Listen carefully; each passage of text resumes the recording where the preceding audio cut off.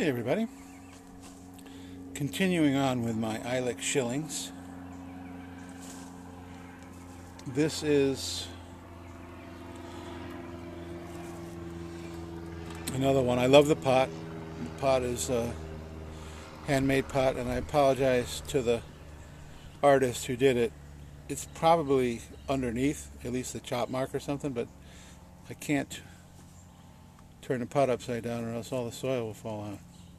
This is another very nice tree that has some extra stuff, like this guy here is a sacrifice branch, and there's another branch in the back that's also a sacrifice branch. And the reason I'm leaving both of those is you notice that the trunk itself is lacking taper. It's as thick up here as it is down here, so I'm trying to get these sacrifice branches to pump a little more girth into this part of the trunk. But regardless of that, it's still a pretty nice tree. So we're going to ignore the two sacrifice branches. And then as far as the rest of the tree, it's really coming along nicely. I don't like branches that go back against the grain, so I'm going to cut him off. I'm also going to shorten a lot of the growth on the first main branches. And this guy here is sort of, why is that guy there? I don't know, to tell you the truth. And I have a choice of two different branches here, but they're both very weak compared to this guy, so they need to thicken up more.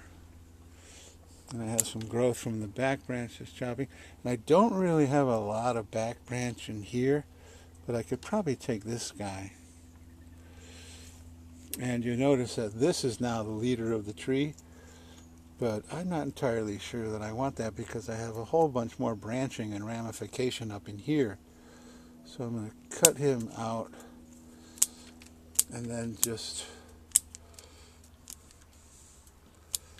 take all of that. There's some extraneous branching in here.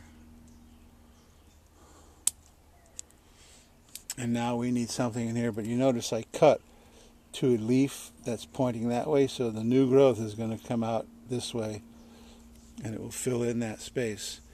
It's got nice movement. It's a little angular, but the angularity will soften as the tree grows, and so I'm not really worried about that. Probably the biggest flaw in this tree is that regardless of which branch I choose, either this one or this one, they're really thin.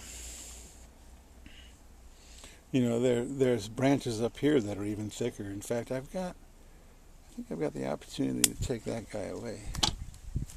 Whoosh! There we go. I tried to grow my bonsai with as little branching and foliage as possible to define the form.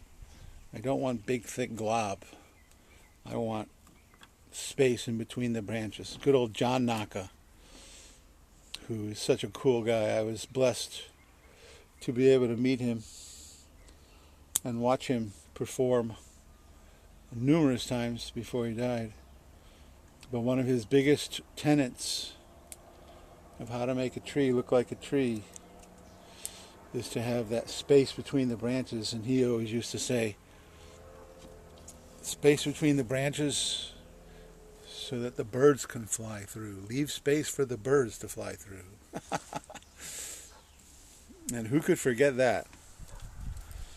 Once again, cool pot, really beautiful pot. And once again, we need to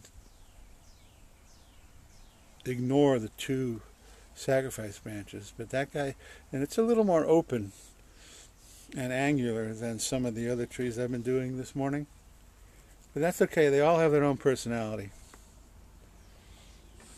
Oh, so I should probably say goodbye.